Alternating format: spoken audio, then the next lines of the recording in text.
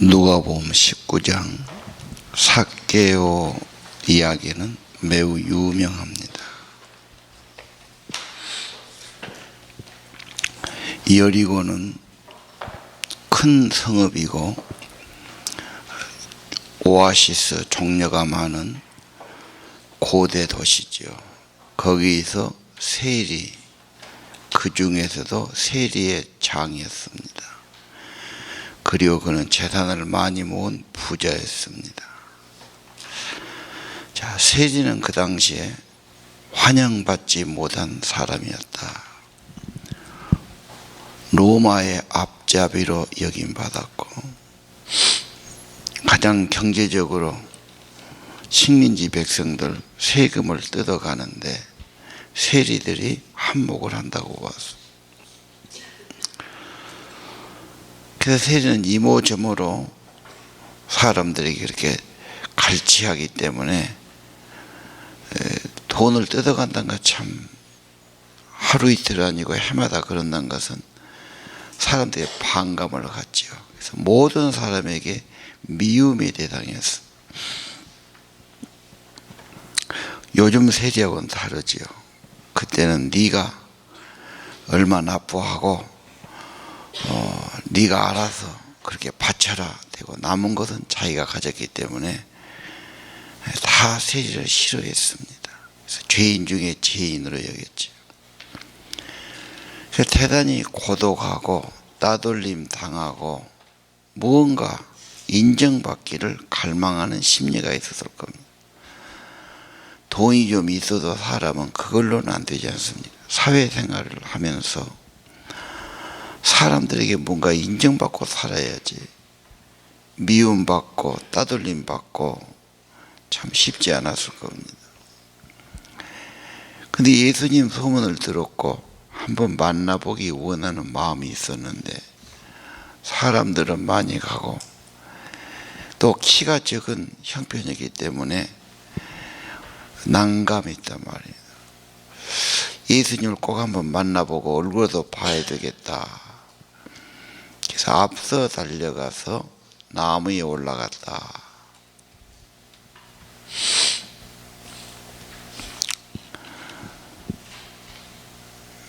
여리고에 가면 지금도 큰 나무들이 있는데 그런 나무들이 아닐까 이렇게 말한 분도 있습니다. 예수님이 가실 길을 미리 가서 나무 위에 올라가 있습니다. 여기서 하나는 그의 갈망입니다.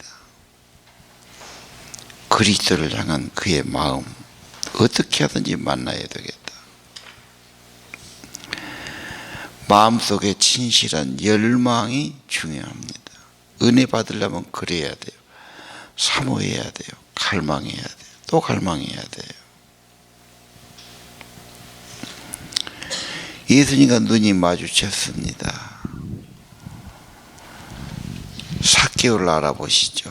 어서 내려오너라. 오늘 너희 집에 내가 묵어야 되겠다.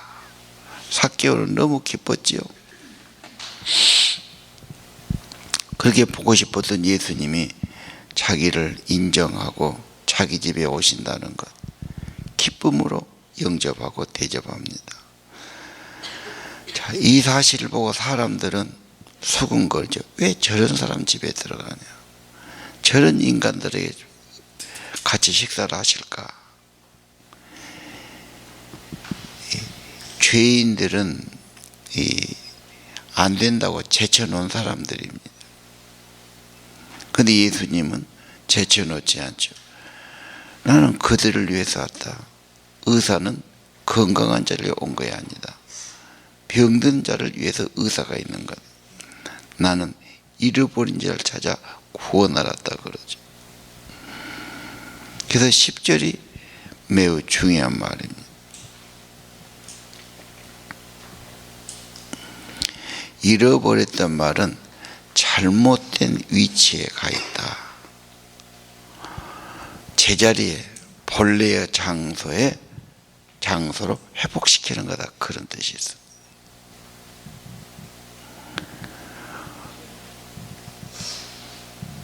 삭개오에게 잃어버린 자를 찾아서 제사람 제대로 사랑 구실하도록 만드는 거다. 예수님의 사랑과 환대 삭개오는 너무 감격했고요. 8절에 식사 끝났는지 딱 일어서 갖고 결심을 말씀드립니다. 주님, 제 살의 절반을 가난한 사람에게 주겠습니다. 대단한 결심 아닌가요?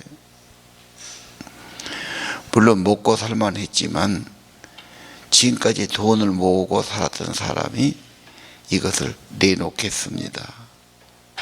그리고 남의 것을 속여서 얻은 것이 있으면 성경에 4배로 갚으라고 되어 있어요. 율법대로 4배를 갚겠습니다. 참 극적인 일이죠. 이게 터닝 포인트입니다. 이제 완전히 예수의 제자로 살겠습니다. 하나님 백성으로 살겠습니다. 그래서 삭개오의 변화.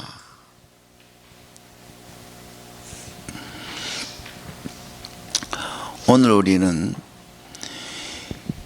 예수님을 이야기하는 게 좋습니다. 실감 있게 이야기해야죠. 물론 이 이야기는 어린 아이들도 아주 단골로 잘 들었어요. 그러나 불신자들은 모를 겁니다. 그래서 예수님의 이야기를 좀 더 실감 있게 해주는 게 전도다. 그냥 우리는 흔히 교회에 나와라 믿어라 그러는데 그 사람들은 이해가 안 됩니다. 예수가 누구간데, 그렇죠? 그런다고 또 그리스도가 누구라 다 설명하면 알아먹기도 힘듭니다. 그래서 이렇게 스토리를 하는 거죠. 이야기를 해주는 거. 얼마나 기뻤으면, 얼마나 감격했으면, 얼마나 은혜를 받았으면 이렇게까지 사람이 변화되고 방향을 돌려서, 이제 이 말은 삭개오가 주님을 따르는 제자가 되고 주님을 위해 살겠다는 결단이 아닙니까? 예수님을 이야기하라. 그 다음 우리의 사명은 뭐냐? 예수 제자는 가장 기본이 잃어버린 사람을 찾는 거다.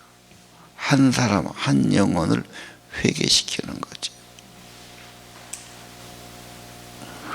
어젯밤도 이야기 들으니까 참 세상밖에 모르는 사람, 교회에 와서 전도하는 사람이 됐다.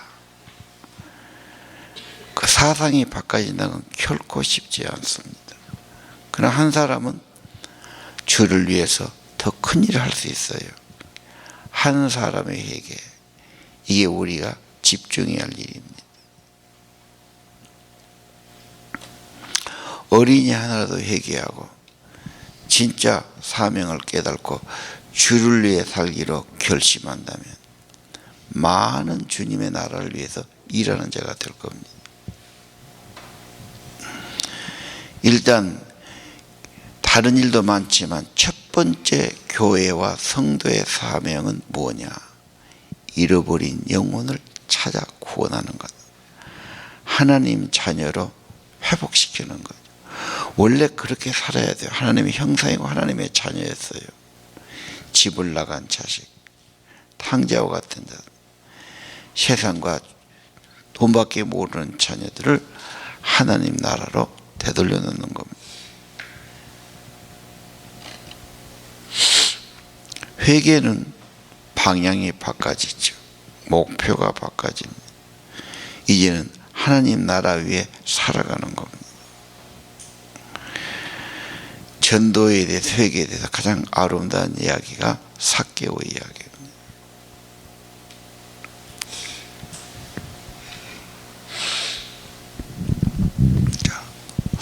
그 다음 예수님께서 하나님 나라에 대해서 말씀하시죠.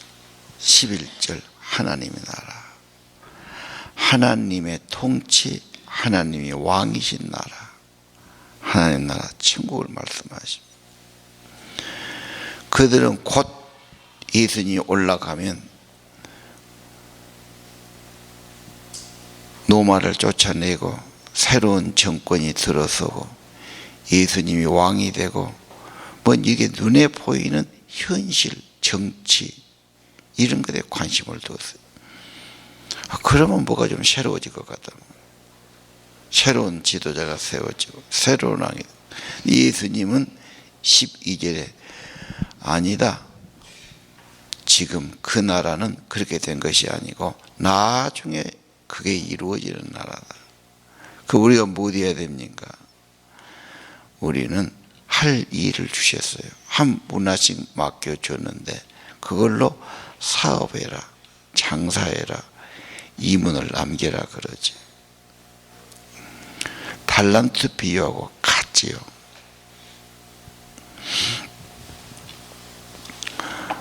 우리를 믿고 신뢰하고 맡겨주신 겁니다. 그래서 내 삶에서 최선을 다하라. 이게 교훈이에요. 분명히 시험할 때가 옵니다. 계산할 때가 옵니다. 나중에 카운트 하지요. 너 어떻게 했니? 얼마 남겼니? 우리는 지금 누가 뭐가 된다는 게 문제가 아니고 내 삶에서 준비하고 계산하고 보고할 것을 만들어야 됩니다. 그분이 오실 때 원수는 심판하고 게으른 자는 심판하고 잘한 자는 보상하신다는 심판이 분명합니다. 그런데 놀라운 사실은 10개로 한 개로 10개 만든 사람 네가 작은 일에 충성했다. 17절이 중요하죠. 잘했다. 착한 종이다. 적은 일에 충성했으니 10골을 맡기겠다. 그 다음 종이 오지요. 하나로 5개 만들었습니다. 너도 잘했다. 5골을 맡기겠다. 능력대로 맡겨주시고 보상을 그렇게 더 큰 것으로 맡겨주신 거죠. 근데 꼭 한 종은 와서 그것을 수건에 싸놨습니다. 깊이 보관했는데 그 사람은 하나를 준 게 아니라 있는 것을 빼앗아서 10개 있는 사람에게 주라고 그러죠. 이 입사절은 참 이해하기 어려운 말씀입니다. 아니 있는데 있는 사람을 왜 더 줍니까? 없는 사람 갖고 살아야지. 26절 있는 사람은 더 받을 것이고 없는 자는 있는 것도 빼앗긴다. 이게 결정적인 말씀이죠. 이 세상에 살아가는 원리는 내게 주어진 것에 충성하고 최선을 다하고 관리를 잘하는 거다. 그게 하나님 나라 바라보는 자가 할 일입니다. 내 건강관리 잘하고 최선을 다하고 건강 있고 운동한 사람은 점점 좋아질 것이고 그렇지 않은 사람은 점점 건강을 잃어버리게 될 겁니다. 공부하는 학생도 마찬가지죠. 공부를 자꾸 힘써서 하면 점점 실력이 늘 것이고 게으름 부리면 있는 것도 까먹게 될 겁니다. 모든 원리가 발전해야 돼요. 관리해야 돼요. 가정관리도 마찬가지, 자신관리도 마찬가지, 자녀관리도 마찬가지다. 하나님 백성은 어떻게 살아야 됩니까? 내게 주신 달란트, 내게 주어진 대로 적은 일에 충성하는 거다. 이론이 없죠. 나 할 일은 안 하고 할만 쳐다보고 주님이 오셔가지고 나쁜 놈 다 없애고 그냥 상 주고 천국이 이루어지게 하옵소서. 그런 게 아니란 말입니다. 내게 주어진 현실에서 성실하게 살아라. 충성되라. 아주 내가 할 일이 분명하지요. 달란트 가지고 문화를 가지고 주어진 대로 성실하게 사는 것, 관리를 잘하는 것. 그래서 진보된 사람은 자꾸 진보하고 발전해 나간다. 게으른 자는 점점 퇴보하지요. 두려워서 불평하면서 나한테 이것밖에 없냐고 이렇게도 안 되죠. 자, 내게 주어진 달란트, 내게 주어진 것, 이것을 귀하게 여기고 최선을 다하는 게 중요하다. 그럼 점점 발전할 때는 기회도 주실 겁니다. 주님 오심을 준비하는 삶이 그거죠. 하늘만 쳐다보는 것도 아니고 기도만 한 것도 아닙니다. 내게 주어진 삶에서 성실하게 충성되게 사는 거다. 주님 오실 때까지, 주님이 오신다 해도 두려워하지 않고 내가 할 일을 최선을 다하는 거다. 어린아이를 돌본다는 거 귀한 겁니다. 자녀 기른다는 거 귀한 거지요. 우리가 맡은 일에 성실하게 한다는 거 귀한 겁니다. 그래서 기독교 국가는 성실합니다. 내가 만든 물건 성실하게 만든, 대충 하지 않습니다. 그냥 덮어놓고 하지 않습니다. 책임 있게 만들려고 그러죠. 보나 안 보나 하나님 앞에 있다고 생각해요. 하나님께 보고한다고 생각합니다. 오늘 하루도 하나님 보시기에 기뻐하시는 삶, 최선의 삶을 살아라. 죄 짓고 얼렁뚱땅 하지 않고 그냥 덮어놓고 대충 사는 게 아니고, 우리 주님이 오실 때 27절 마지막에 주님이 왕이 되는 것, 왕 앞에는 절대 통치받고 순종해야 돼요. 그런 원수들은 죽는다, 그렇게 말씀하셨어요. 자, 오늘 문화 비유는 우리가 이 세상에 어떻게 살아야 될 것인가 분명히 말씀해 주신 겁니다. 그런 성실하게 살 수 있도록, 최선을 다해 살 수 있도록 힘주시고 우리를 붙들어 주시고 날마다 그 일을 기쁨으로 감당해야 됩니다. 에이 같은 것 이래서는 안 됩니다. 적은 일을 무시해서 일이 안 되는 거죠. 내게 주어진 현실, 하나님이 맡긴 것으로 받아야 됩니다.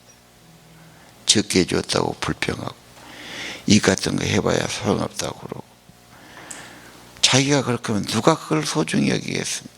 그 사람이 무슨 발전이 있겠습니까? 최선을 다하면 점점 발전합니다. 믿음도 그렇죠. 기도 생활도 그렇습니다. 우리 주님 보실 때 적은 일에 충성했다, 잘했다, 착한 종이다, 이런 칭찬받기를 기도하시 바랍니다. 기도합시다.